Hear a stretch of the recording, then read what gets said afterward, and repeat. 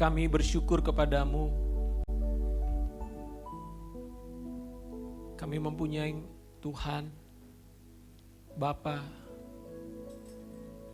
Elohim, pencipta langit dan bumi, yang kami kasihi, yang sudah mengasihi kami, yang menciptakan kami. Di hadapan-Mu kami datang menyembah pada pagi hari ini ya Tuhan. Hanya kepadamu saja, satu-satunya penyembahan kami. Terima kasih Tuhan, terima kasih. Tiba saatnya kami mau mendengarkan firman-Mu, perkataan-Mu ya Tuhan.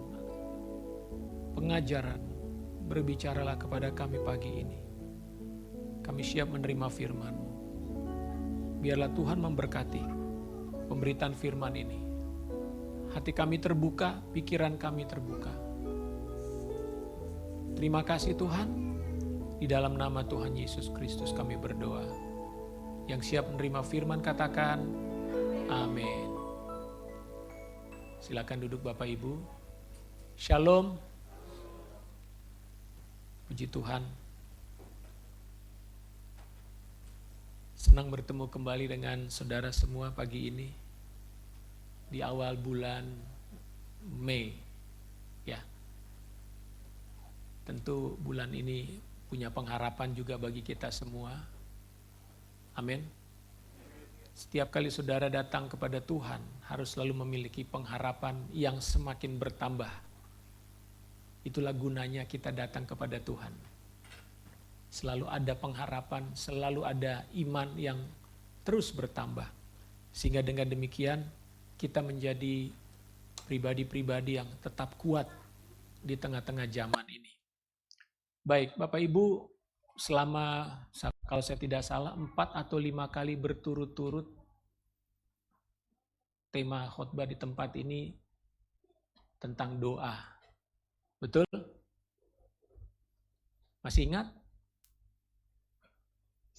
Nah, manfaat ibadah itu bukan hanya untuk masa depan, tapi juga untuk kita di bumi ini. Ketika saudara mendengarkan firman Tuhan, saudara percayalah bahwa firman itu adalah perkataan Tuhan sendiri. Dan firman itu punya kekuatan yang besar, mempengaruhi hidup kita, mempengaruhi hidup saudara sehari-hari. Asalkan saudara percaya, mendengar, percaya dan melakukannya, ya. Karena dalam kepercayaan orang Israel ada ayat mengatakan Shema, Shema Israel, yang artinya dengarlah Israel. Kata dengarlah Israel itu bukan cuma kupingnya begini. Ya dengar Tuhan, dengar. Karena arti kata Shema Israel artinya dengar dan lakukan. Karena tidak ada gunanya saudara mendengar tapi tidak melakukan. Nah, saya berharap tahun ini adalah menjadi tahun di mana kita mengalami pertumbuhan rohani. Mengalami pertumbuhan rohani yang artinya saudara makin hari makin kuat. Saudara makin hari makin dewasa. Itulah tujuan kita beribadah, saudara. Amin. Makanya saudara perlu dengar firman Tuhan. Saudara perlu dengar perkataan Tuhan. Karena perkataan yang disampaikan kepada saudara, itulah yang akan memberikan pertumbuhan rohani saudara. Sama seperti seorang anak yang belajar di sekolah, ya, ada anak belajar di sekolah kelas 1, naik kelas 2. Waktu mau naik kelas 2 pasti dilihat dong sama orang tuanya. Ini 1 tahun udah belajar apa nih? Anakku bisa apa nih? Nah itulah gunanya sekolah, betul nggak? Naik lagi ke kelas 3. Sebelum naik kelas 3 pasti orang tua dan guru bertanya, "Nak, kamu udah bisa apa sekarang? Kamu sudah belajar apa selama 1 tahun ini?" Jadi ada satu pertumbuhan. Amin. Kita harus berani mengevaluasi, melihat diri kita di hadapan Tuhan. Ya, kalau saudara menjadi orang Kristen, saudara nggak pernah melihat pertumbuhan rohani dalam dirimu, saya katakan saudara menjadi orang Kristen yang menyedihkan. Tetapi seharusnya dari hari ke hari, dari minggu ke minggu, dari bulan ke bulan kita melihat apa yang sudah saya alami. Firman Tuhan yang saya dengar. Apakah membuat saya semakin bersekutu dengan Tuhan? Apakah saya semakin mengasihi Tuhan? Apakah saya semakin mengerti kehendak Tuhan dan hidup di dalamnya? Itulah tujuan kita, saudara, dalam hidup ini. Amin. Jadi setiap khotbah di sini itu bukan asal disampaikan, saudara. Tapi Tuhan memberikan kepada kita satu pelajaran. Pelajaran demi pelajaran kehidupan. Yang mana kalau kita lakukan, Alkitab mengatakan engkau akan beruntung dan berhasil. Pasti ada dampaknya, saudara. Saya sangat yakin. Tidak mungkin Tuhan berbicara itu omong kosong. Ya. Sesuatu yang Tuhan katakan itu pasti punya dampak. Engkau akan beruntung dan berhasil. Firman Tuhan mengatakan, kalau engkau memperhatikan firman Tuhan, engkau akan beruntung dan berhasil. Amin. Haleluya. Jadi bicara tentang doa. Udah banyak kita bicara tentang doa. Apa yang Tuhan harapkan? Saudara punya kehidupan doa yang semakin dalam. Kehidupan jemaat Light City Ministry setelah mengerti tentang doa, harusnya membuat kita semakin rindu berdoa. Semakin haus berdoa. Semakin, Tuhan, aku pengen punya waktu lebih banyak untuk berdoa. Bahkan kita mulai menyisihkan hal-hal yang kita lakukan selama ini, terlalu banyak untuk pegang HP, terlalu banyak lihat TikTok, terlalu banyak ngobrol yang gak penting. Tapi hati kita, Tuhan, aku mau banyak berdoa. Itulah artinya hidup kita semakin bertumbuh, saudara. Mari kita baca sekali lagi, saya masih akan membahas tentang doa hari ini, tapi dengan spesifik bicara doa penyembahan. Mari kita baca dalam Matius 6 ayat 9 sampai 13. Ya, di layar sudah tertulis. Karena itu berdoalah demikian, Bapa kami yang di sorga, dikuduskanlah namamu. Datanglah kerajaanmu, jadilah kehendakmu di bumi seperti di sorga. Berikanlah kami pada hari ini makanan kami yang secukupnya, dan ampunilah kami akan kesalahan kami, seperti kami juga mengampuni orang yang bersalah kepada kami. Dan janganlah membawa kami ke dalam pencobaan, tetapi lepaskanlah kami daripada yang jahat, karena Engkaulah yang mempunyai kerajaan dan kuasa dan kemuliaan sampai selama-lamanya. Amin. Ya, saudara-saudara, berdoa itu memiliki banyak tujuan dan juga banyak alasan. Kenapa saudara berdoa? Saudara pasti punya alasan. Saudara punya tujuan. Mau berdoa, kenapa? Saya lagi bergumul. Saya lagi punya pergumulan hidup. Betul? Kebanyakan orang berdoa karena punya pergumulan hidup. Lagi punya masalah di kantor, lagi punya masalah di keluarga, lagi sakit, ya. Itu doa menjadi sesuatu yang rasanya kita butuh doa, gitu ya.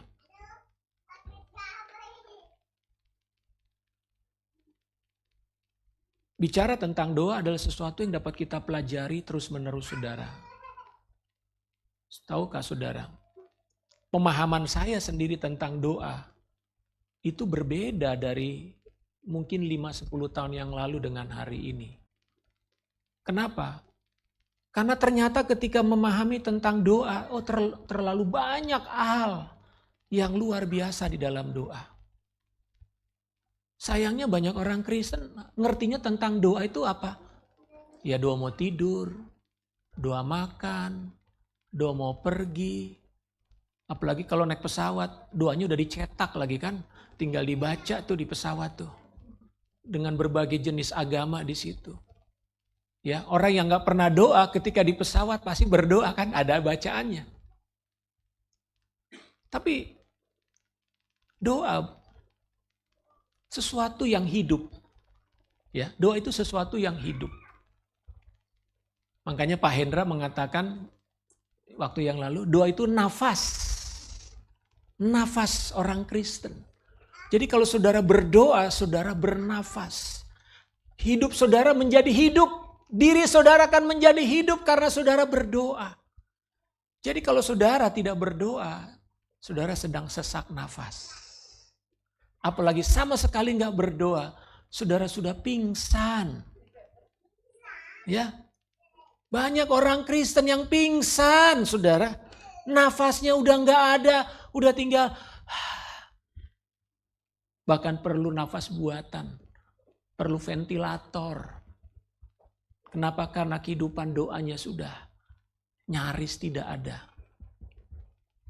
Dalam perikop ini Tuhan Yesus mengajarkan beberapa hal penting mengenai berdoa. Di dalam ayat 9, kalimat pertama yang Yesus katakan adalah, karena itu berdoalah demikian. Maksudnya apa?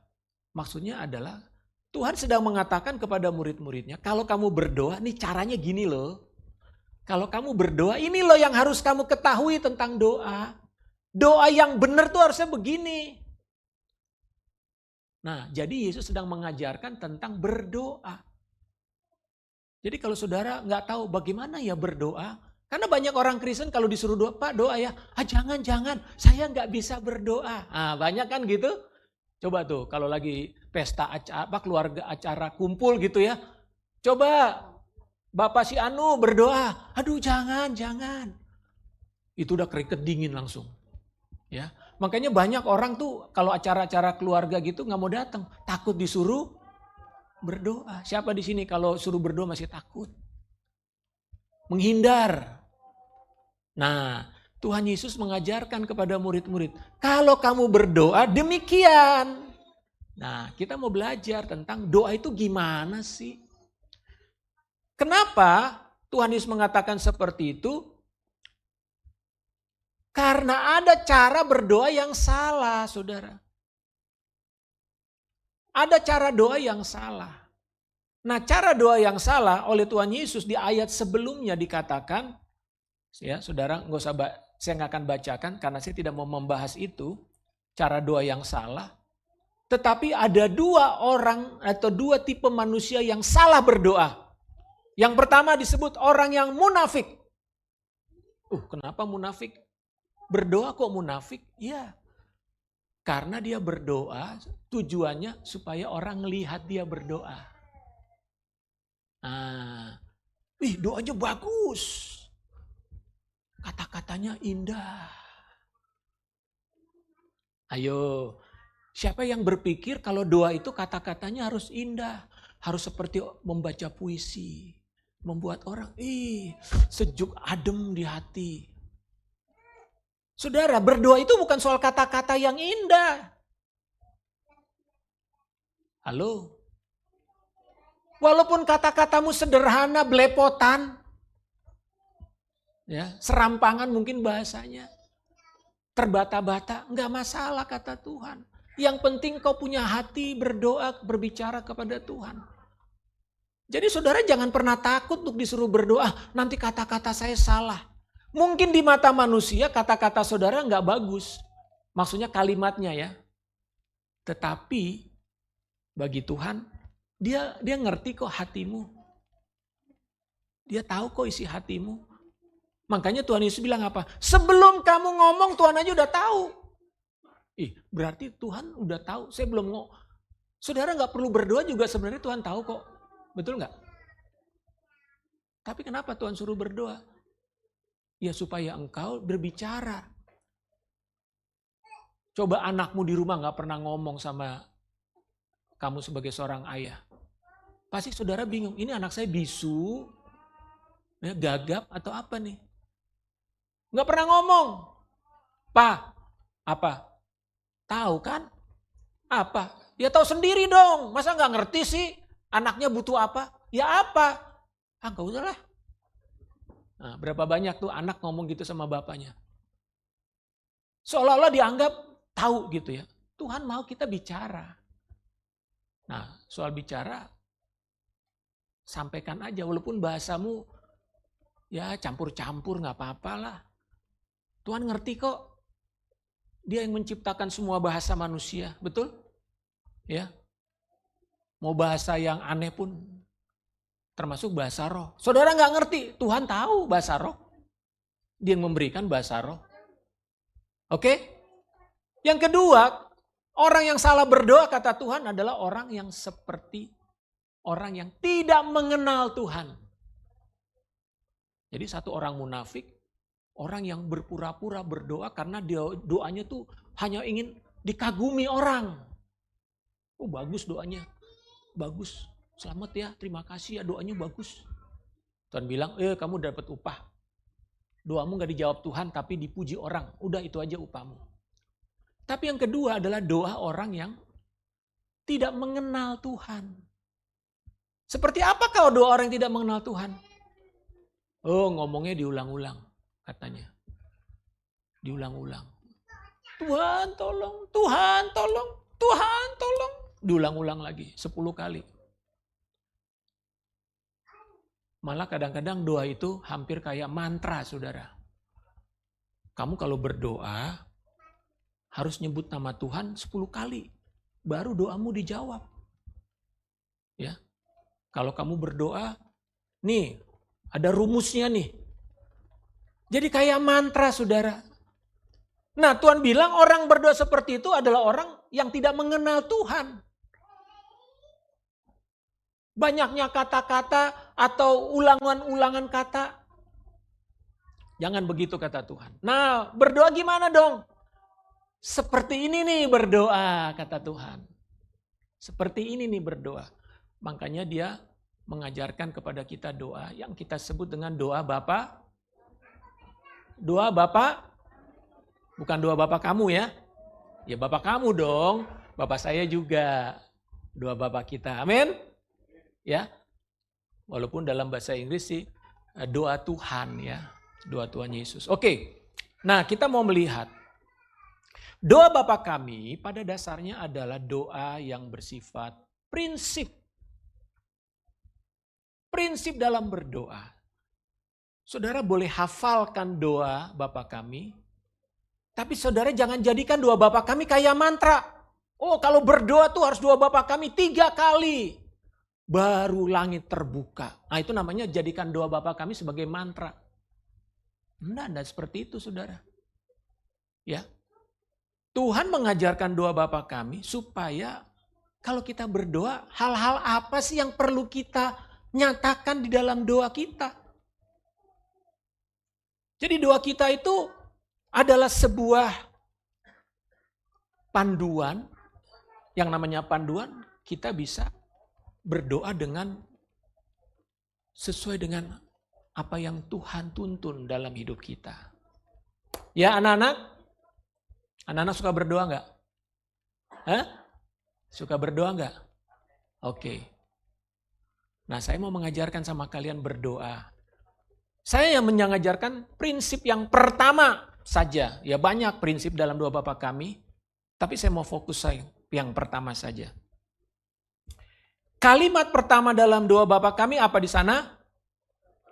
Bapa kami yang di sorga, dikuduskanlah namamu. Nah, saya mengatakan bahwa prinsip pertama dalam doa itu adalah penyembahan. Apa? Penyembahan.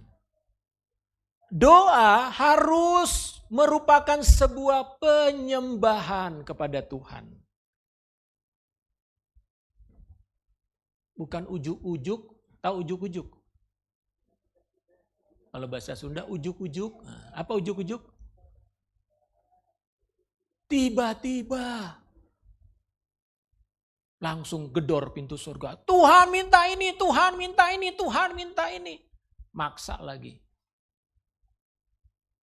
Enggak. Kalau kita berdoa, pertama-tama yang ada dalam pikiran kita adalah kita mau menyembah Tuhan. Makanya dikatakan Bapa kami yang di sorga, dikuduskanlah namamu. Tadi lagu-lagu kita banyak bicara tentang kekudusan Tuhan. Kudus, kudus, kudus. Kenapa 3 kali dalam Alkitab, dalam kitab Yesaya, ya malaikat itu dikatakan kudus, kudus, kudus. Saudara, kata kudus, kalau 3 kali sesuatu disebutkan di dalam Alkitab, itu artinya itu sesuatu yang ekstrim. Kudus bagi Tuhan, gak cukup bilang Tuhan itu kudus. Gak cukup ngomong gitu. Harus dikatakan kudus, kudus, kudus. Artinya Tuhan itu sangat super maha kudus. Gak bisa kita mengatakan Tuhan itu kudus ya. Enggak. Orang Israel mengatakan kudus, kudus, kudus. Jadi penyembahan adalah pengagungan kita kepada Tuhan. Waktu saudara berdoa, perhatikan hatimu, apakah engkau datang untuk menyembah Tuhan sebagai pribadi yang agung dan kita hormati. Waktu saudara berdoa, datang ke tempat ini misalnya, hal pertama yang harus saudara sadari, Tuhan, aku datang menyembah-Mu. Kami datang membawa penghormatan, pengagungan kepadamu. Demikian juga ketika saudara berdoa di rumah. Hal pertama yang harus saudara miliki dalam hatimu, Tuhan, aku datang kepadamu Tuhan, semesta alam, pencipta langit dan bumi. Tahukah saudara, penyembahan itu adalah hal terbaik dan teristimewa yang dapat kita berikan dan kita lakukan kepada Tuhan sebagai umatnya. Mungkin saudara bisa memberikan uang 1 miliar. Kalau saudara orang kaya, wah gue kasih banyak nih duit 1 miliar untuk Tuhan gitu ya. Tetapi kalau engkau tidak dalam penyembahan kepada Dia, hanya sekedar kasih uang, namanya saudara kasih sumbangan. Tuhan gak butuh sumbangan saudara. Dia pemilik semesta alam ini. Untuk apa saudara sumbang dia? Dia bukan miskin. Betul? Tuhan gak butuh kekurangan uang. Dia gak punya emas dan perak. Semua kekayaan Freeport itu punya Tuhan. Tapi datanglah kepada Tuhan dengan penyembahan. Itulah persembahanmu yang terbaik yang bisa kau berikan, saudara. Penyembahan. Hatimu harus menyembah Tuhan. Segenap jiwamu menyembah Tuhan. Bahkan tubuhmu pun menyembah Tuhan. Makanya kalau orang menyembah Tuhan, gak ada yang begini. Tuhanku menyembahmu. Gak ada yang begitu. Tubuh ini harus menyembah. Makanya menyembah pun dengan kerendahan hati. Kalau perlu kita berlutut, bersujud. Kenapa? Itulah tanda penyembahan tubuh. Hati kita menyembah, mulut kita menyembah, tubuh kita juga menyembah. Amin. Iya, itulah artinya kita menyembah Tuhan. Doa adalah penyembahan. Pengagungan kepada Tuhan. Saya mengatakan begini, jika ada hadiah terbaik yang dapat kita berikan kepada Tuhan, pertama-tama itu adalah penyembahan, saudara. Hati saudara yang menyembah kepada Tuhan. Dan penyembahan adalah satu-satunya hak yang hanya dimiliki dan diberikan kepada Tuhan. Sekali lagi. Penyembahan adalah satu-satunya hak milik yang hanya boleh diberikan kepada Tuhan. Tidak ada seorang pun, tidak ada satu makhluk pun di dunia dan di alam semesta ini yang berhak disembah. Kecuali hanya Tuhan. Jadi nggak ada penyembahan kepada makhluk lain kecuali hanya kepada Tuhan, saudara.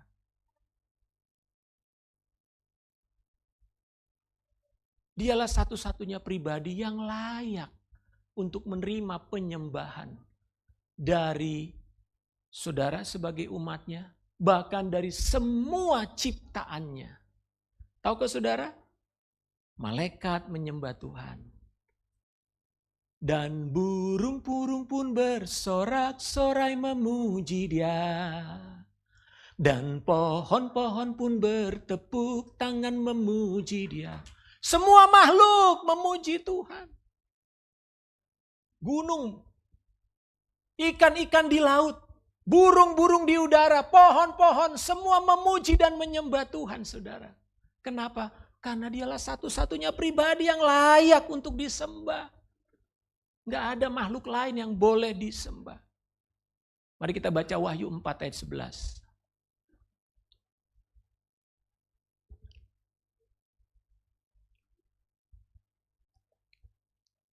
Ya Tuhan dan Elohim kami, Engkau layak menerima puji-pujian dan hormat dan kuasa. Sebab Engkau telah menciptakan segala sesuatu dan oleh karena kehendak-Mu semuanya itu ada dan diciptakan. Tahu nggak? Yang menciptakan kamu siapa? Onat?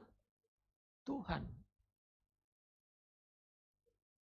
Kalau Dia menciptakan Onat, berarti Dia menghendaki Onat ada di bumi ini. Betul? Kalau saya ada hari ini, diciptakan Tuhan, betul. Tapi itu juga berarti saya ada hari ini karena kehendak Tuhan, bukan cuma kehendak orang tuamu yang membuat kamu lahir.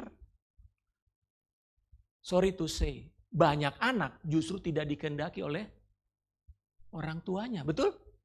Betul nggak? Banyak anak nggak dikehendaki oleh orang tuanya. Nyesel aku punya lahir, nyesel aku hamil. Oh banyak, makanya banyak anak yang digugurkan.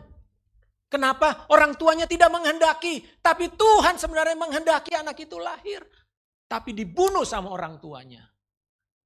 Hati-hati jangan sampai ada di antara umat Tuhan yang menggugurkan anaknya karena tidak mau menghendaki. Ingat, bukan kamu yang menciptakan dia lahir dan ada di rahimmu, hai perempuan-perempuan. Tuhan yang menciptakan dia. Dan Tuhan menghendaki dia lahir. Walaupun kau mungkin hamil di luar nikah. Tapi dengar baik-baik. Kalau sampai terjadi kehamilan dalam diri seorang wanita, itu berarti Tuhan menghendaki anak ini lahir.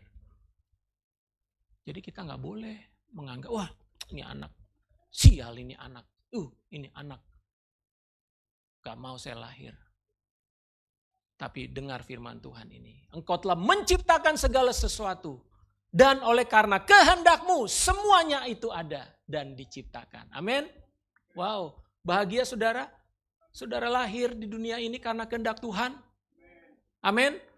Wow, saudara adalah orang yang dikasihi Tuhan. Makanya saudara lahir di bumi ini. Lihatlah betapa hidupmu berharga, bernilai, luar biasa. Nah, kita bisa mengagumi seseorang biasanya karena hal-hal yang hebat dan luar biasa yang telah dilakukan orang itu. Ya, saudara bisa kagum dengan seseorang ya. Masing-masing saudara punya orang yang saudara kagumi.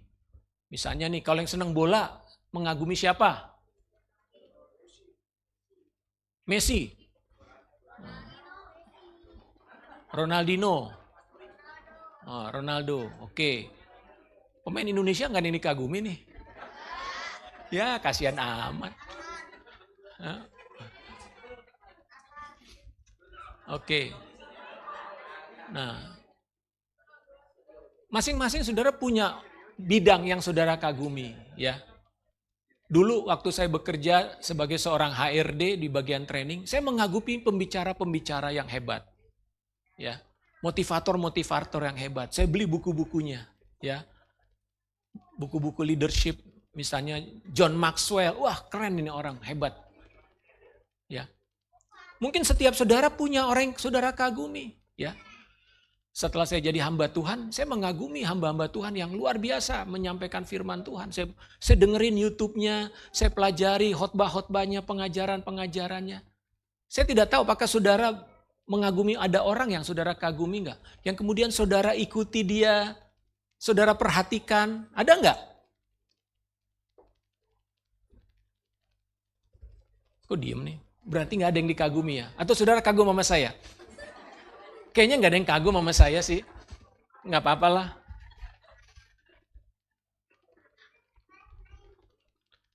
Paling tidak seorang anak biasanya mengagumi bapak dan ibunya. Amin. Nah, apa yang boleh kita lakukan adalah mengagumi, tapi tidak boleh menyembah.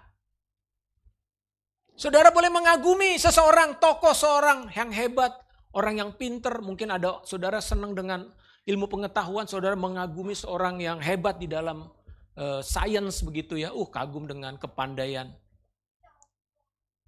dengan karya seseorang ya. Saya tuh suka kagum misalnya melihat bangunan, keren banget nih bangunan. Gimana ya cara orang ini membangunnya? Walaupun saya nggak tahu siapa namanya, tetapi saya suka kagum. Saudara, tahun lalu kami pergi ke Israel, lalu transit di Dubai, saudara ya. Dan puji Tuhan di Dubai kami dapat kesempatan city tour. Nah, waktu city tour itu kami dibawa ke gedung tertinggi di dunia waktu itu. Ya. Wow, tinggi banget. Berapa? 100 berapa itu ya, saya lupa ya tingkatnya. Tapi canggih tuh liftnya surut gitu ya. Itu 2 menit nyampe, saudara. Bayangkan 2 menit ya. Kecepatan tinggi. Dan liftnya itu ada kayak film gitu ya. Jadi liftnya gelap tapi di atasnya itu dibuat kayak ada filmnya. Jadi kita melihat, mendengar bagaimana gedung ini dibuat dan sebagainya. Kagum gitu ya. Kok ada manusia bisa melakukan hal semacam ini? Tapi saya nggak tahu siapa yang membuat, saya nggak terlalu perhatikan dan hafal. Nah, apa yang saya mau katakan adalah kita boleh kagum sama seseorang, ada suara penyanyi yang keren. Tapi jangan pernah menyembah dia. Saudara, jujur, banyak orang-orang mengagumi sekaligus nyaris menyembah idolanya. Artis. Coba artis. Waduh. Zaman dulu ya, zaman saya. Pengagum Rolling Stone. Atau pengagum The Bee Gees. The Beatles. Orang yang mengagumi ini udah semua dia gunakan. Ya poster-poster di kamarnya, ya idola artisnya. Dia beli celana, dia beli baju, dia beli kaos, ya dia potong rambutnya modelnya. Semua. Ada yang lebih ekstrim, saudara. Dimanapun dia konser, dia pasti nonton. Dia udah punya jadwal. 1 tahun konser di mana. Wah, dia tabung uang. Dia rela menghabiskan uangnya pergi nonton konser dimanapun dia pergi, saudara. Hati-hati jangan sampai kita bukan sekedar mengagumi, tapi kita sedang menyembah dia. Makanya ketika dia meninggal, dia nangis berhari-hari. Berduka cita berminggu-minggu. Dia kirim bunga. Dia koleksi semua barang-barang apapun. Dia berani beli.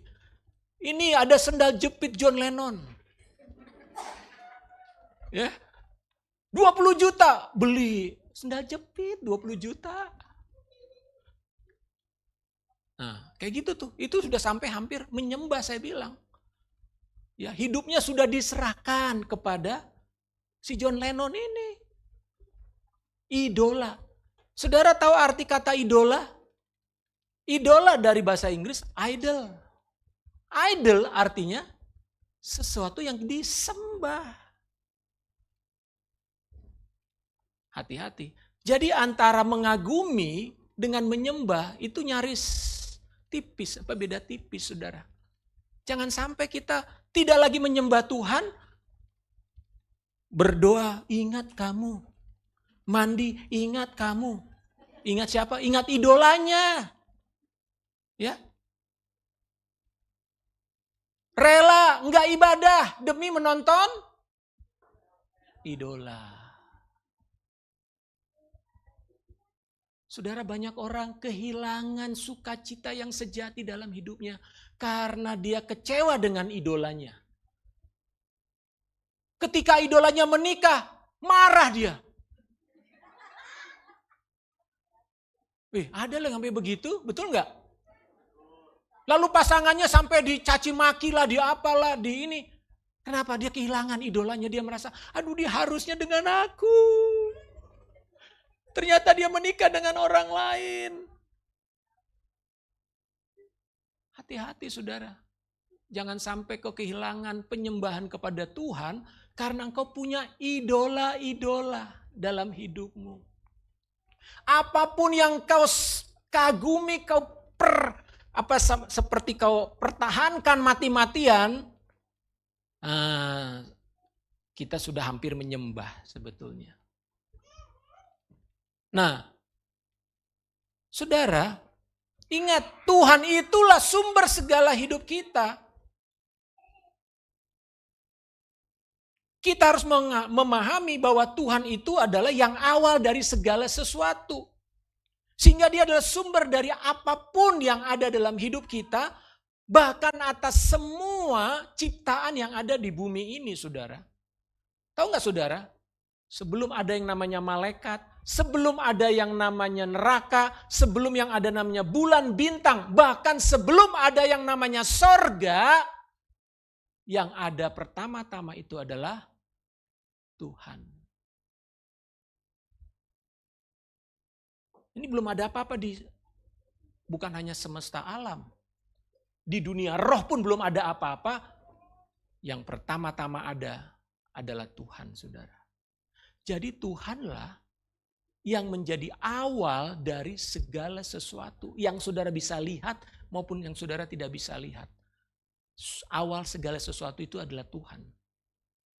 Itulah sebabnya kenapa kita harus menyembah kepada Tuhan, bukan kepada yang lain-lain. Amin. Amin. Alkitab mengatakan dalam Yohanes 1 ayat 1, pada mulanya adalah firman, dan firman itu bersama-sama dengan Elohim, dan firman itu adalah Elohim. Jadi pada mulanya adalah firman. Firman itu apa? Perkataan. Ya. Perkataan. Perkataan ini bersama-sama dengan Elohim. Jadi firman dengan Elohim itu satu. Dan Tuhan menciptakan segala sesuatu lewat firman. Nah, Alkitab mengatakan firman menjadi perkataan Tuhan menjadi manusia. Dialah Yesus Kristus. Itulah sebabnya Yesus Kristus adalah Elohim juga yang kita sembah. Karena dia adalah firman. Oleh karena itu, penyembahan pun kita berikan kepada Yesus. Karena dia adalah sang pencipta itu. Oleh karena itu, penyembahan adalah tindakan yang layak hanya diberikan kepada Tuhan. Amin. Tapi ada satu hal yang saudara harus pahami. Iblis menginginkan penyembahanmu. Iblis menginginkan penyembahanmu. Iblis adalah makhluk ciptaan yang memberontak kepada Tuhan yang menciptakan dia. Dan iblis ini adalah makhluk yang hebat. Waktu Tuhan menciptakan makhluk ini, ada yang ditafsirkan malaikat. Salah satu malaikat Tuhan yang berkuasa. Dia punya kekuasaan yang besar di sorga. Dia punya kemuliaan yang besar di sorga. Dia dikagumi oleh malaikat-malaikat lain. Tapi hal itu gak cukup bagi dia. Si malaikat yang satu ini bilang, gue gak mau cuma dikagumi. Gue nggak mau cuman dieluk-elukan, oh hebat kamu. Enggak, gue mau disembah. Makanya malaikat ini memberontak kepada Tuhan. Karena apa? Karena dia berpikir, masa cuman Tuhan doang yang disembah? Gue juga mau disembah. Jadi salah satu alasan kenapa iblis memberontak, dia ingin penyembahan. Saudara berhati-hati. Iblis ingin penyembahan saudara juga. Makhluk ini menjadi iblis sebab dia menginginkan penyembahan. Dan iblis jatuh ke dalam dosa yang kekal. Maksudnya apa? Dosa yang tidak bisa diampuni. Karena dia makhluk roh. Ya. Saudara tahu kenapa Adam dan Hawa setelah berdosa, itu Tuhan usir dari Taman Eden? Supaya Adam dan Hawa jangan makan buah pohon kehidupan. Ya. Kan di Taman Eden ada 2 pohon. Satu pohon pengetahuan yang baik dan yang jahat, satu lagi pohon kehidupan. Tuhan mencegah Adam dan Hawa jangan sampai makan pohon kehidupan, karena kalau dia makan pohon kehidupan, Adam akan masuk dalam dosa kekal. Dosa yang tidak bisa diampuni. Kenapa? Karena dia menerima kehidupan dalam keadaan berdosa. Makanya Adam harus mengalami kematian supaya rohnya bisa ditebus. Tubuhnya mati gak apa-apa, tapi rohnya bisa ditebus. Jadi Tuhan itu baik. Tapi iblis tidak ada penebusan, saudara. Makanya dia dalam dosa kekal.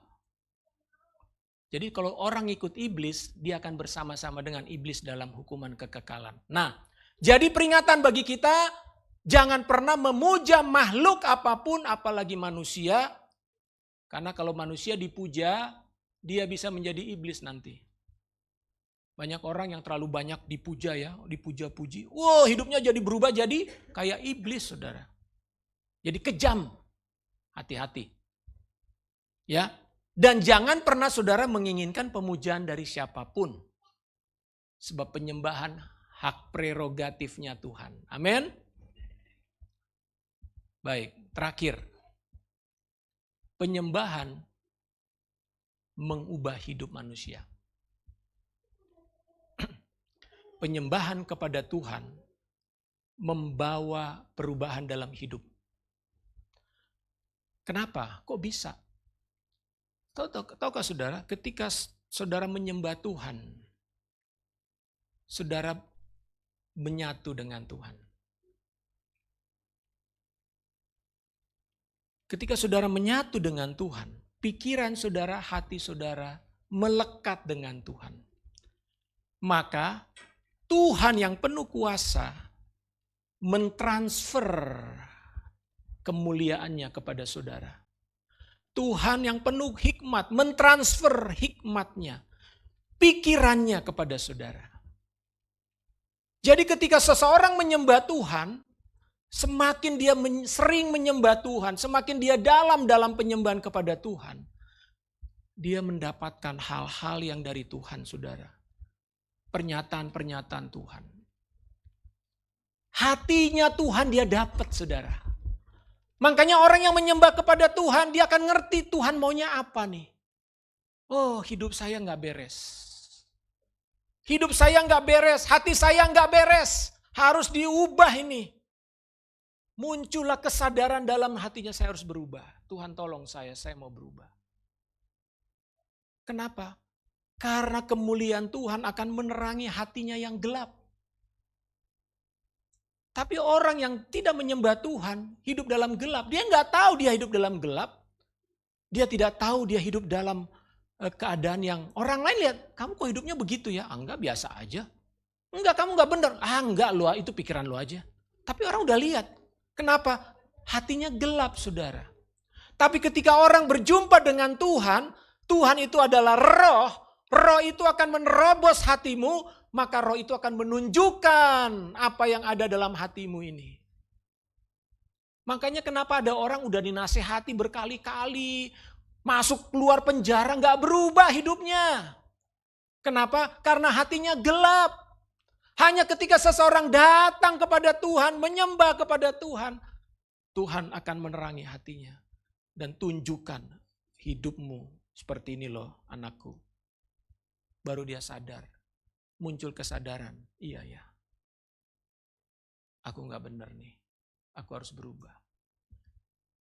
Saudara-saudara, mungkin ada di antara Anda yang ingin hidupnya berubah. Tapi saudara merasa, aduh Tuhan gak bisa berubah saya, kok saya sulit berubah.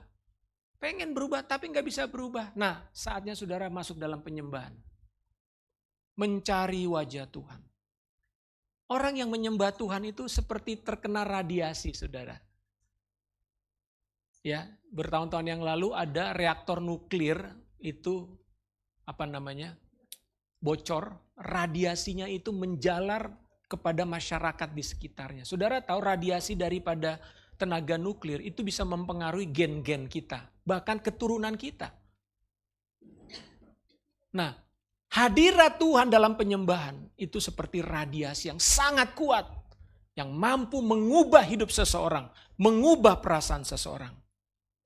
Tahukah saudara, apapun dan siapapun makhluk yang disembah dan dipuja, maka Anda akan menjadi seperti makhluk tersebut. Kalau saudara menyembah iblis, jangan heran manusia akan menjadi seperti iblis. Tapi kalau saudara memuja dan menyembah Tuhan, saudara akan menjadi seperti Tuhan. Ayat terakhir kita baca, Keluaran 34 ayat 29. Ya.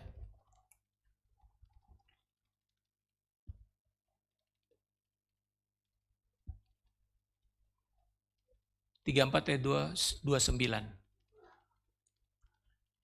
Ketika Musa turun dari gunung Sinai, ayat 29. Kedua loh hukum Elohim ada di tangan Musa. Ketika ia turun dari gunung itu, tidaklah ia tahu bahwa kulit mukanya bercahaya oleh karena ia telah berbicara dengan Tuhan. Bayangkan, ini terjadi sebuah perubahan dalam kulit wajah Musa. Gak perlu ke salon, saudara. Biar glowing. Musa bertemu dengan Tuhan 40 hari di Gunung Sinai. Dia menerima Taurat Tuhan, dia menerima 2 loh batu. Bayangkan 40 hari Musa itu enggak makan, enggak minum. Karena di puncak gunung, saudara. Kami udah pernah ke Gunung Sinai. Naik itu 750 anak tangga, saudara. Ya, puji Tuhan kakinya harus kuat ya.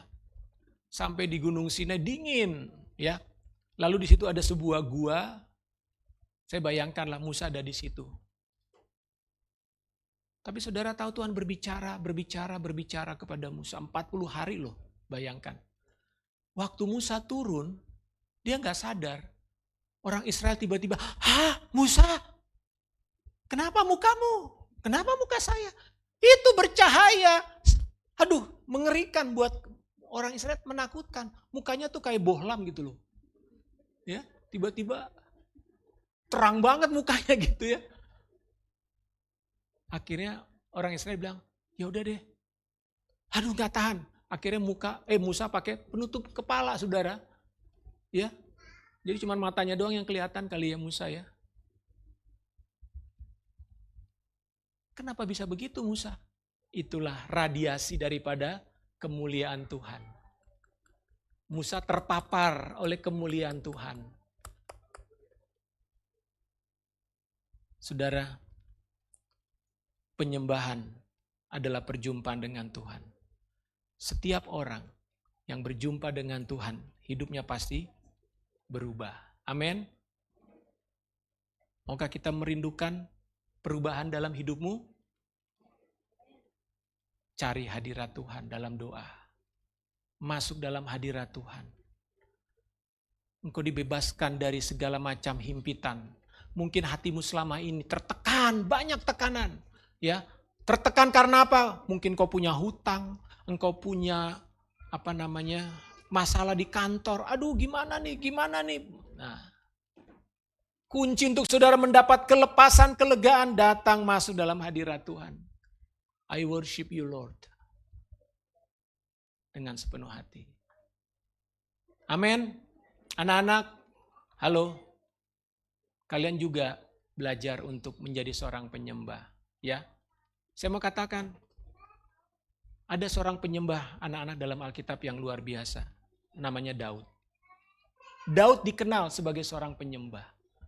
Sejak masih kecil, dia punya pekerjaan dari orang tuanya menjaga kambing domba yang kecil-kecil itu. Tapi tahu nggak, Daud punya keberanian yang luar biasa.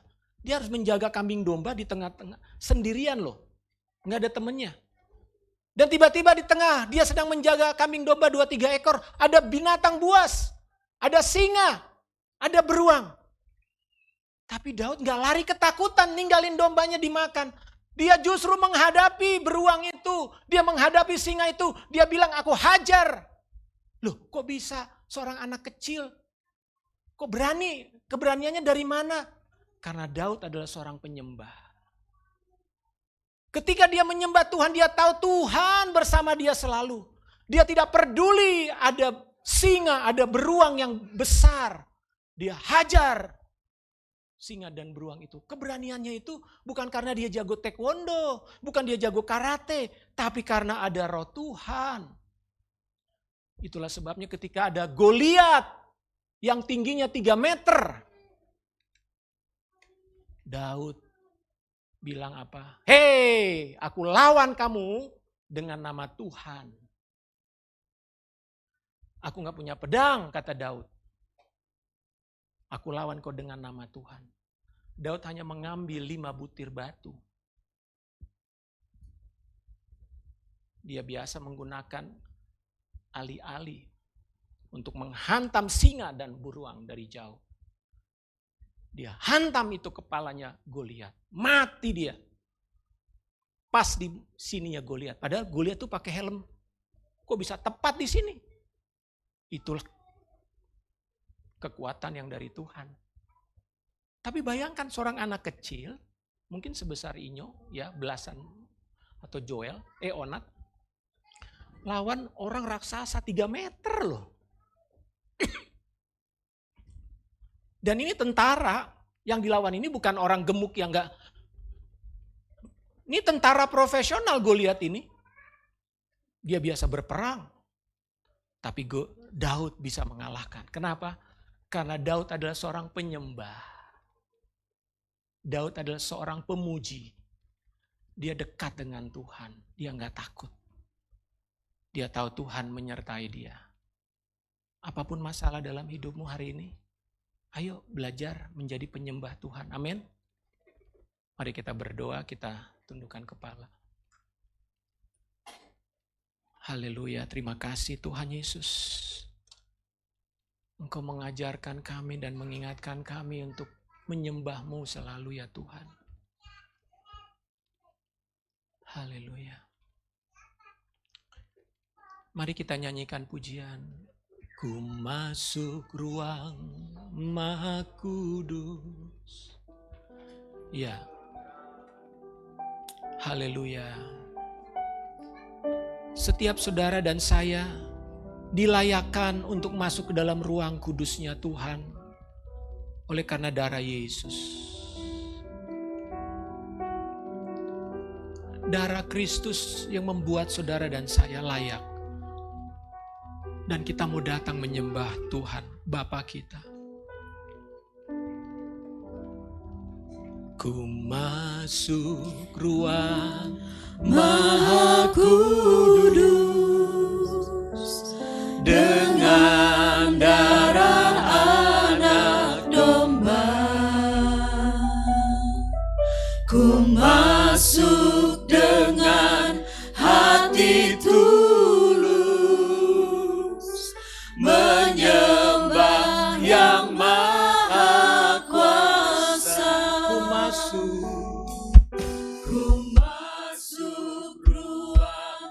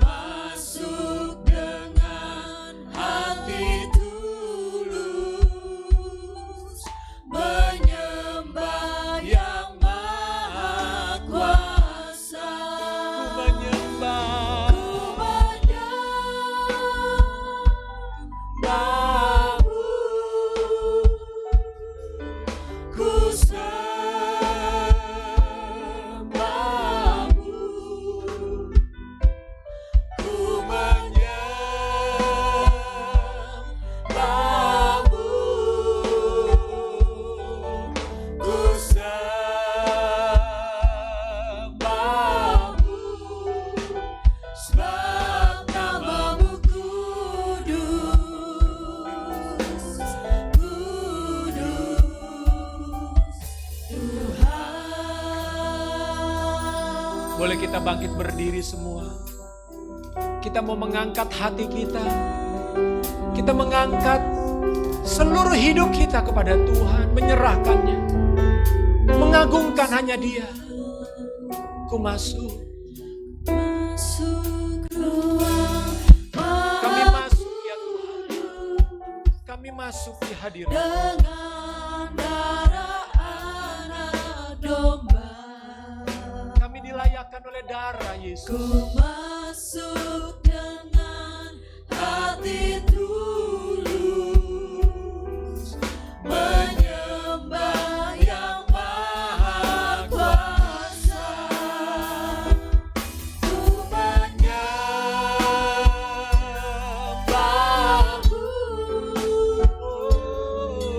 ku sembahmu, Kami menyembahmu Tuhan. Kami menyembahmu Yesus. Haleluya.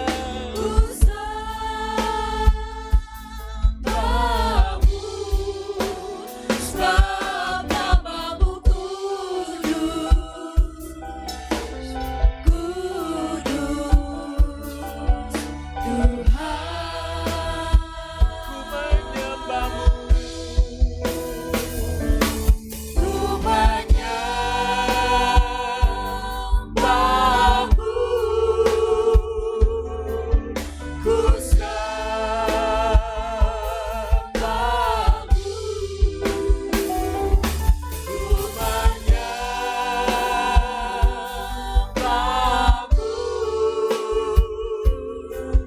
ku sembahmu.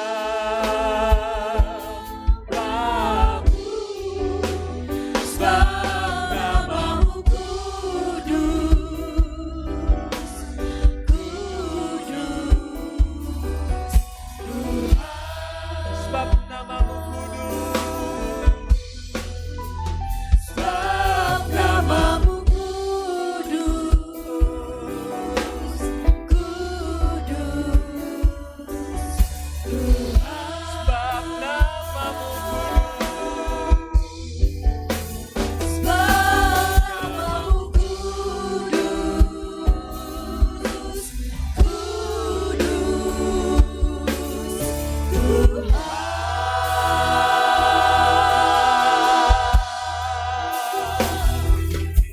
Haleluya. Yesus Tuhan, Bapa Sorgawi, kudus, kudus, kuduslah Engkau. Suci, suci, sucilah Engkau Tuhan. Kau yang layak, Kau yang layak disembah, dimuliakan dan ditinggikan.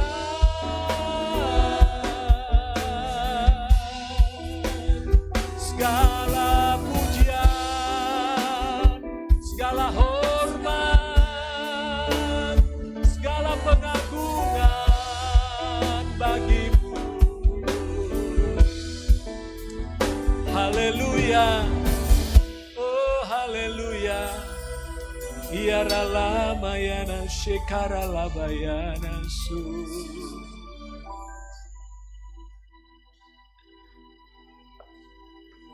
Kami mengagumimu Tuhan.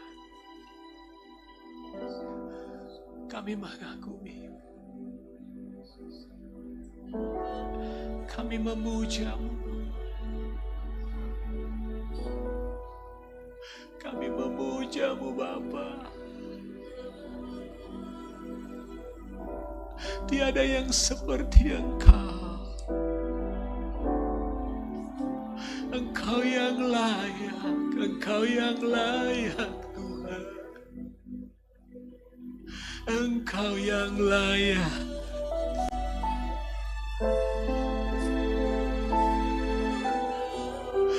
Kekudusan-Mu hadir,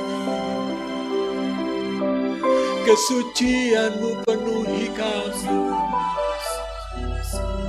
kemuliaan-Mu turun di tempat ini.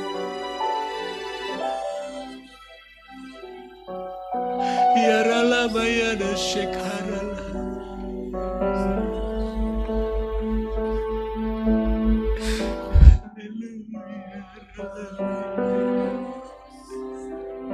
Ya rala shekarala mini ya rala.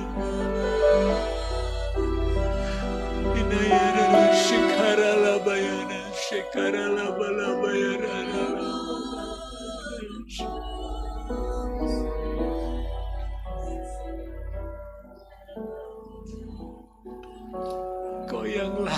Kau yang layak Tuhan. Kau yang layak. Kau yang layak. Kau yang layak. Kau yang layak.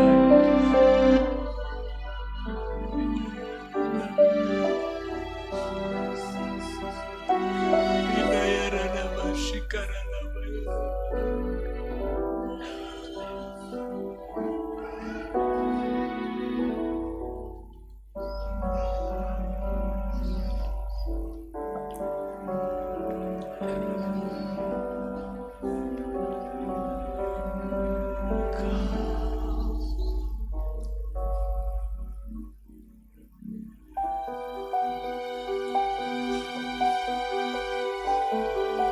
Biarlah hatimu kepada Tuhan. Serahkan pikiranmu, hidupmu kepada Tuhan.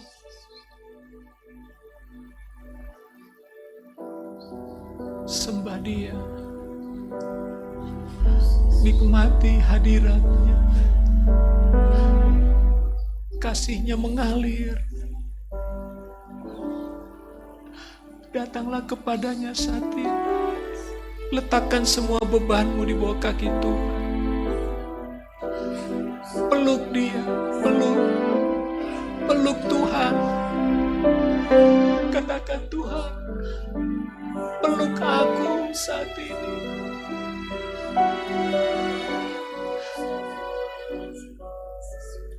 Engkau yang sedang merasa sendirian. Engkau yang sedang merasa kehilangan banyak hal dalam hidup.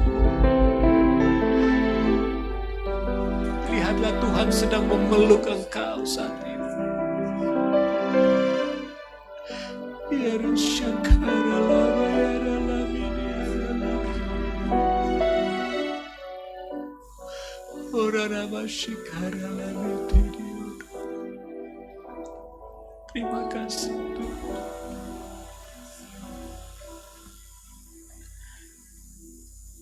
Terima kasih.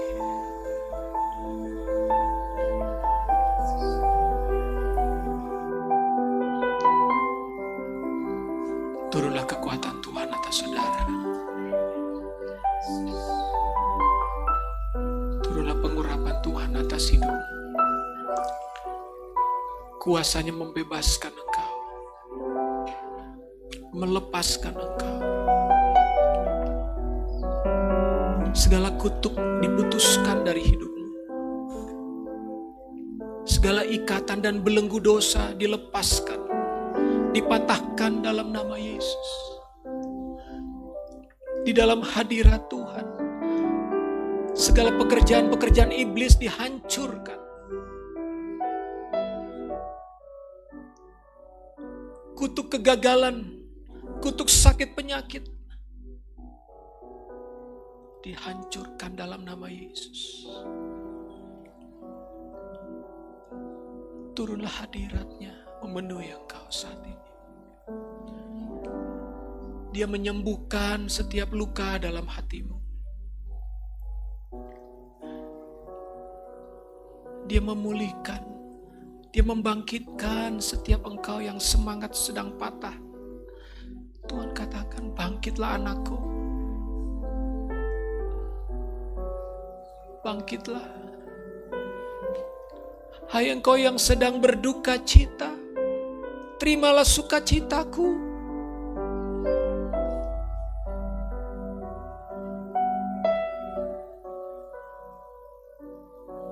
Aku memberikan kepadamu damai sejahtera.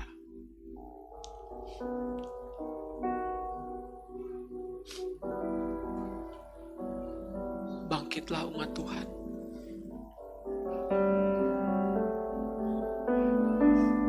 Terimalah dan hiduplah di dalam perjanjian Tuhan.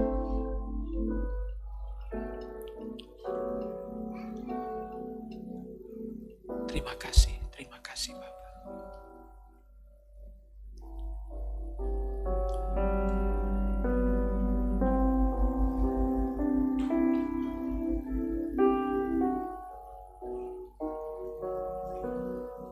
Saudara dipersilakan duduk. Kita akan masuk dalam doa syafaat.